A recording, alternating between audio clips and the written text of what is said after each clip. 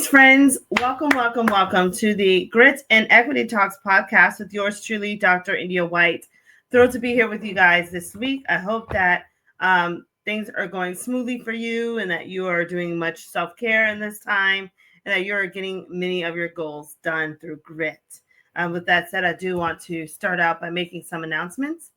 First things first, the Grit and Equity Talks podcast with Dr. India White will be featured on the X Factor EDU network hosted by Dr. Matthew Joseph, and it can be found on Spotify. Please check out the X Factor EDU network whenever you have a chance. There's so many great things going on there, other podcasts, many authors, so many events, and more. Also, I want to remind you guys of following me when you get a chance also on social media. My Facebook is Miss India White. LinkedIn is The India White. Twitter is Indie Speak and Teach. Instagram is Indie238. YouTube is India White 123. And TikTok is Dr. India White. And my the Blue Sky app, it is also going to be Dr. India White, I believe. So I hope to follow you guys there. And I'm fairly new to that app. I'm really trying to get my feet wet with it. So any takers out there, I appreciate your help. Also, please check out the website www.india-white for books, blogs, or to schedule me for a speaking and coaching event. Thank you to everyone that has given me an opportunity to come out and to speak at your various events. I'm super excited about it. I know there are so many different events. We started the year with California. Now we've got so many other events coming up. I know I've got, we just finished also speaking at California for Stockton District. Thank you so much for everyone for that amazing opportunity, and also being the keynote for Indiana's ICTM. So thank you so much, guys, for that.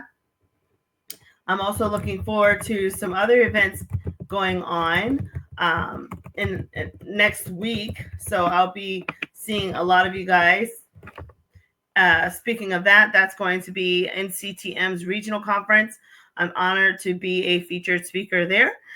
See many of you guys there. And thank you to those of you that come to me at these various conferences and you let me know about this podcast, or you'll say, hey, I saw you speak here and things like that.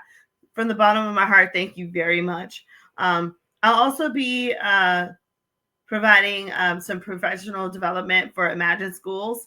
All of you rock stars down in Orlando, Florida, I'm looking forward to that as well. Thank you to everyone for that amazing opportunity. And I know there are other events taking place. I know I'm also slotted to be a keynote as well at the FDLA conference, the virtual conference for Florida. So I'm looking forward to that as well.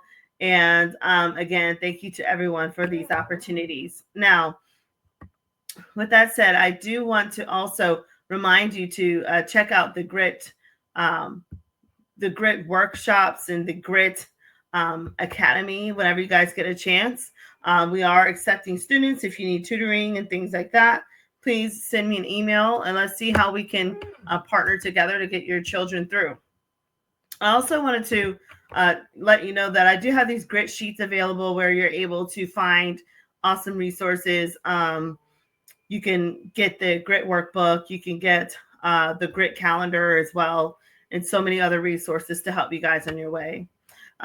So now I want to go ahead and talk a little bit about some more relevant situations. I know in our nation there has been kind of I guess with all of the different changes going on with legislation, there has been a focus on the deportation of people that have been in our country. And so with that said, there's been a focus on immigration, deportation, and unfortunately, this has affected school systems. I was just at an event where I was speaking to teachers about basically what was going on, and teachers were explaining to me their concern. And so I want to talk about that today. I want to talk about how we can support students and families during immigration deportation.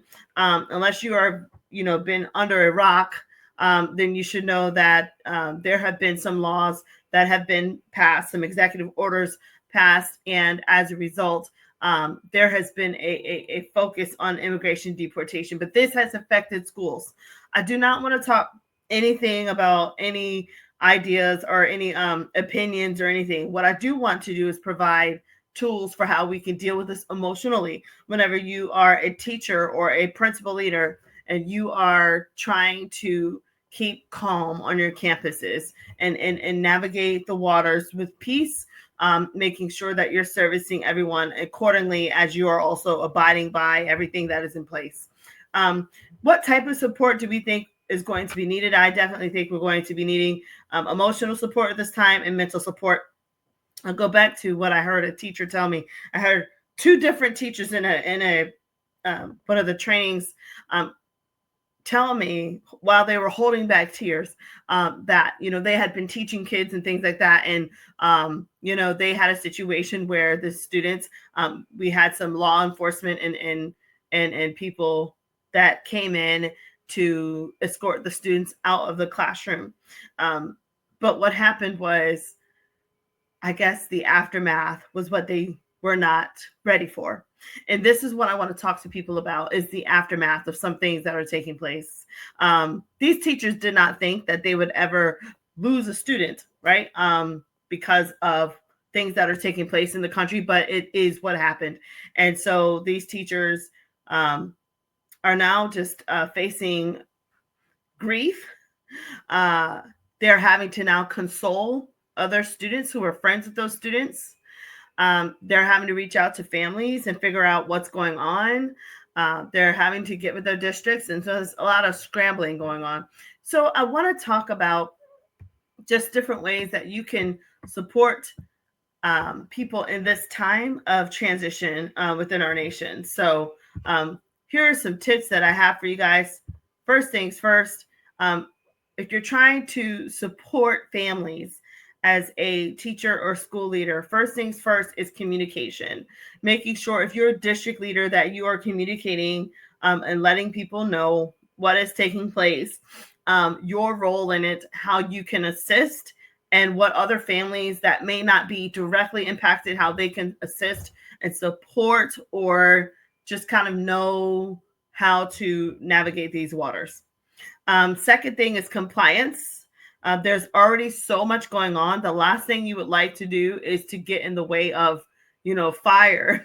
So I would say, whatever you can do to be as compliant as possible with what is taking place, while, just trying to remain above board with everything that you do is key. 3, if we ever needed guidance counselors, we need them today.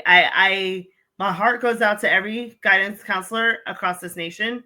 I just think, we need to really focus on how we can support guidance counselors, because guidance counselors in the school, they're holding the hearts and the souls of our kids, and they're helping to keep children optimistic. They're helping to deal with depression. They're helping students with coping. They're helping families feel like there's hope at the end of the tunnel. So we definitely need to come be alongside guidance counselors in this time and support them with all of the different reactions and the indirect responses. There are so many different things. I'll never forget. We were in a school and a situation happened. We lost the student. The student just unfortunately is no longer with us. And it was very interesting because they made the announcement over the intercom, but unfortunately, it had a ripple effect. It affected so many other students who, even though they did not know that student directly, I think it was a senior. They didn't know that student directly, but because it was a student, the students were empathizing. And some of those students could not go on with the day. They had to go home. They cried in the guidance counselor's office. They were crying. I remember on parts of the school, like the walls, like right before you turn the corner, there's like the brick wall, and students were distraught. And so I'm saying this in advance because There might be students that are, indirectly impacted that will still feel a significant emotional disturbance, and they have to go home with this. And there's fear, there's anxiety, there's confusion, there's just a lot going on there with them. And then there's students that are also maybe indirectly infected, or maybe there are some as well that they might have, others in the community that they know that are being affected by this. And so this might take a toll on some of your learners, and even some of your adult leaders. And so I think right now is a time for us to just do what we can to love each other, operate in as much compassion and empathy as possible, so that we can continue to be as humane as possible in this time. Another thing is encouraging optimism and a growth mindset. Again, encouraging optimism and a growth mindset in this time is key, because it is very easy whenever you're dealing with grief, loss, fear, confusion, to go into a fixed mindset mode and to even react, when you're not in your best, making you act out of character. So this is the time to focus on optimism and having a growth mindset, and seeing that, something bright can come out of everything. Another tip that I have for you guys is to focus on resources within the community, because there are several resources and great leaders and businesses that are willing to come alongside several families and teachers, students, leaders alike, and they're willing to offer their services. So if you're dealing with this, try not to deal with it alone. See if there are others, that can help you cope, that can give you resources, that can give you, updates and help walk you through this effectively.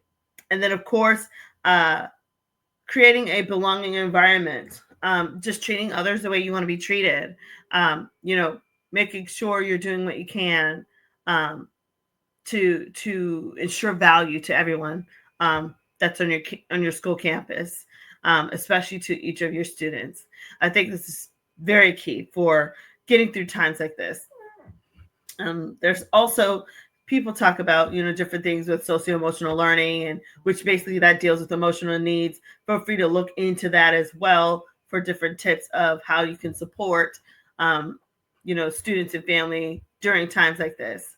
I now want to go into a couple of things that I was able to find for us when it comes down to supporting students with coping and different things like that. Because I'm telling you, teachers and leaders, it's beyond us.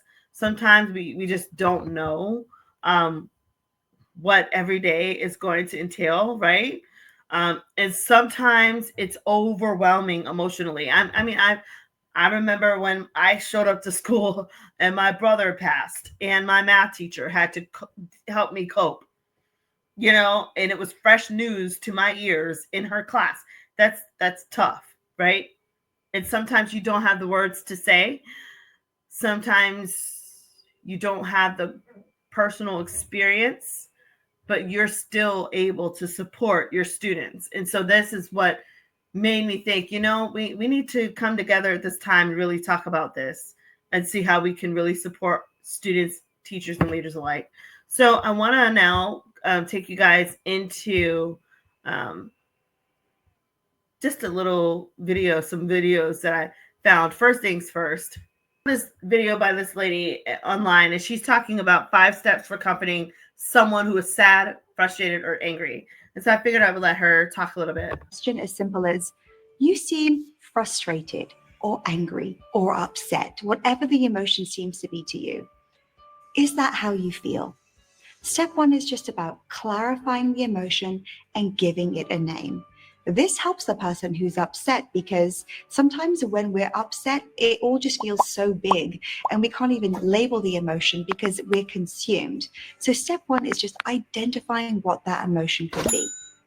Step 2 supports this. It's absolutely clarifying it. Okay, if it's not frustration or anger or feeling upset, what are you feeling? Let the person who's with you tell you. And don't stop until you arrive at an emotion that identifies exactly how they feel. That's all you have to do. Land on the emotion and let it feel clear. So she's really walking us through just how to, come to terms with exactly how you feel. Because sometimes when you're processing it, it's like she said, it's so big.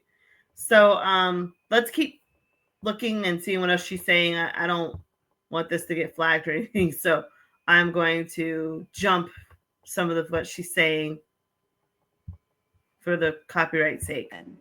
Not come up with a solution, not find the perfect answer, not come up with something perfect to say.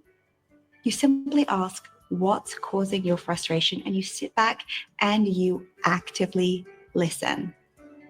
Then finally, the fifth step, you ask, what needs to happen in order for you to feel better? So that was pretty nice what she's just basically saying in general how to deal with people that are, just feeling upset for some reason. So take from that what you can. I thought that was really nice of her. Teachers, I think active listening is key in this time for sure, because we're not always going to have the answers and we're not always going to know what to say. So I want to now also show you guys another one that helps the kiddos with coping skills that I was able to find for you. So let me pull it up for you. Here is talking about coping skills for students managing feelings and emotions for elementary and middle school students. It's all about self-regulation. Coping skill. After identifying and naming your emotions, next you want to think of coping. So it says how to manage big emotions in 3 simple steps. 1, notice and identify your feelings. 2, think about coping skills you can use to feel better.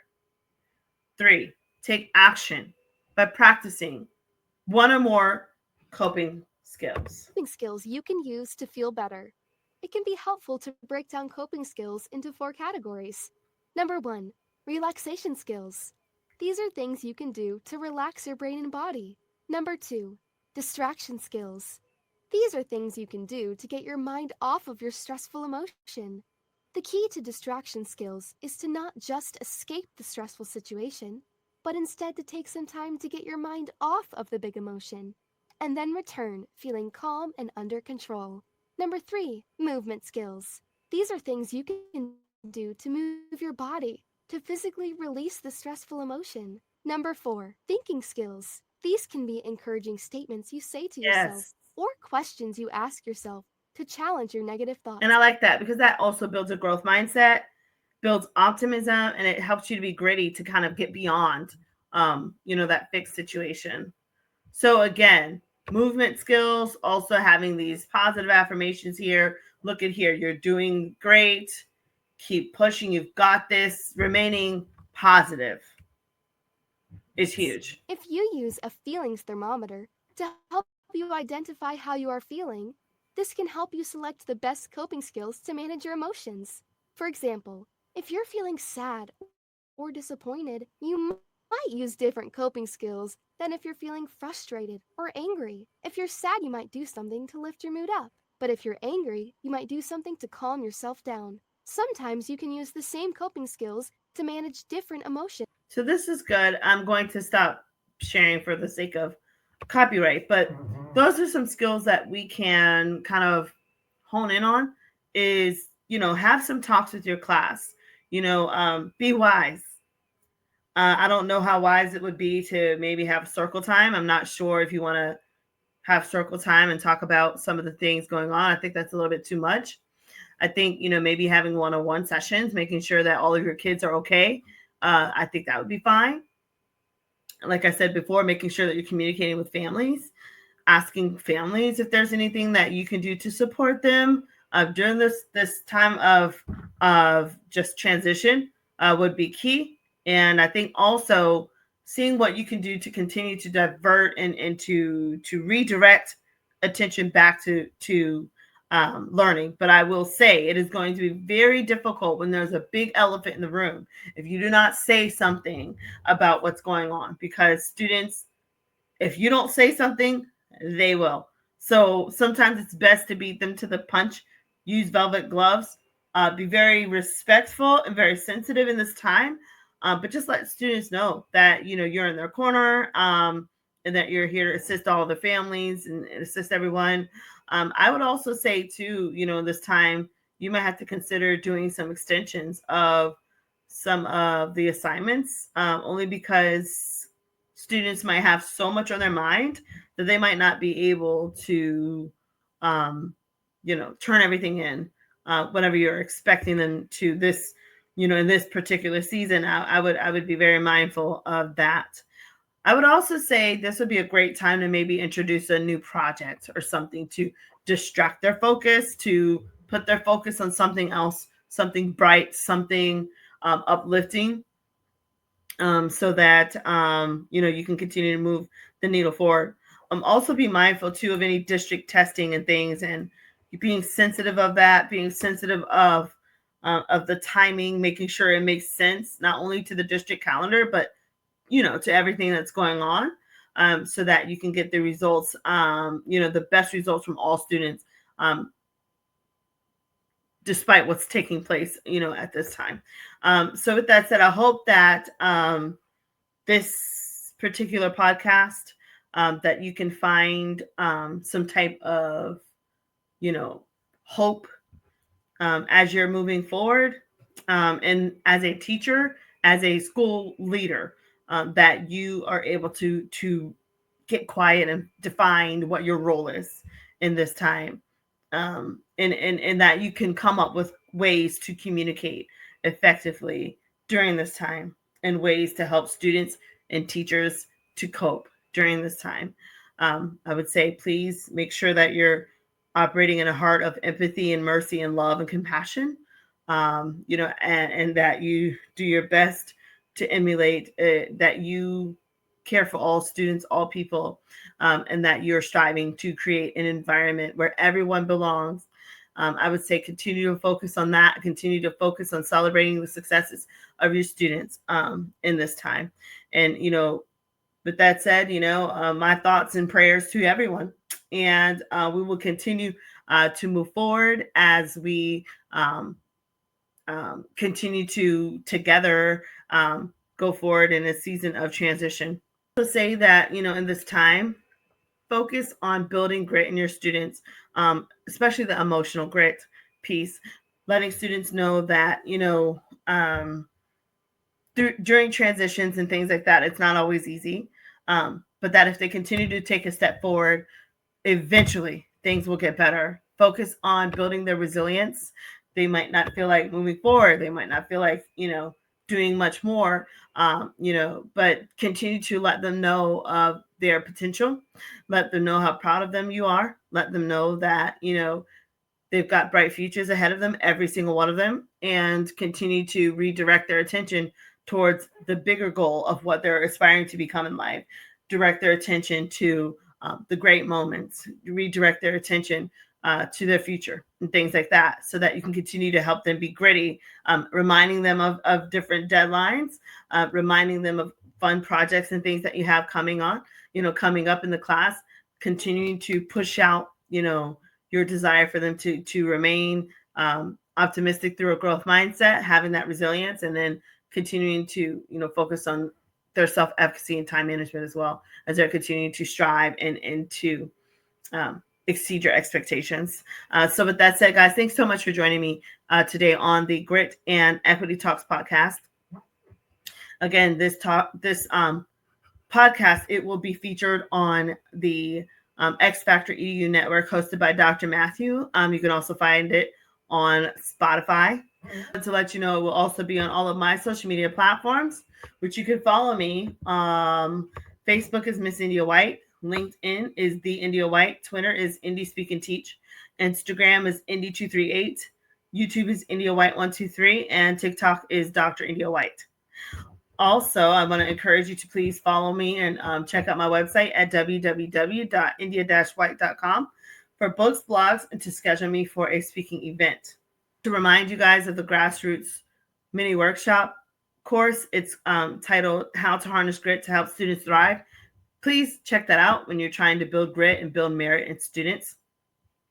I wanted to also remind you guys of the Grit Academy. You can check that out for online tutoring opportunities and learning. And also, I wanted to remind you guys of the launch of the Grit Calendar that is now available for all of you. So feel free to check out the Grit Calendar to help you stay focused and to stay prepared.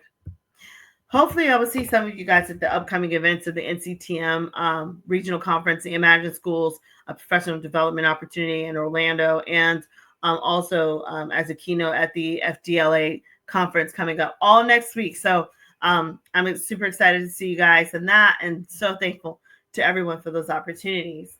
And so with that said, guys, it has been fabulous. And again, when you're tuning into this podcast, this one here is if you're trying to close the achievement gap, you're having classroom management issues, or students aren't motivated to work, we usually jump on here and we talk about different strategies. And so thank you again so much for joining me on the Grit and Equity Talks podcast. And until next time, stay gritty. See ya.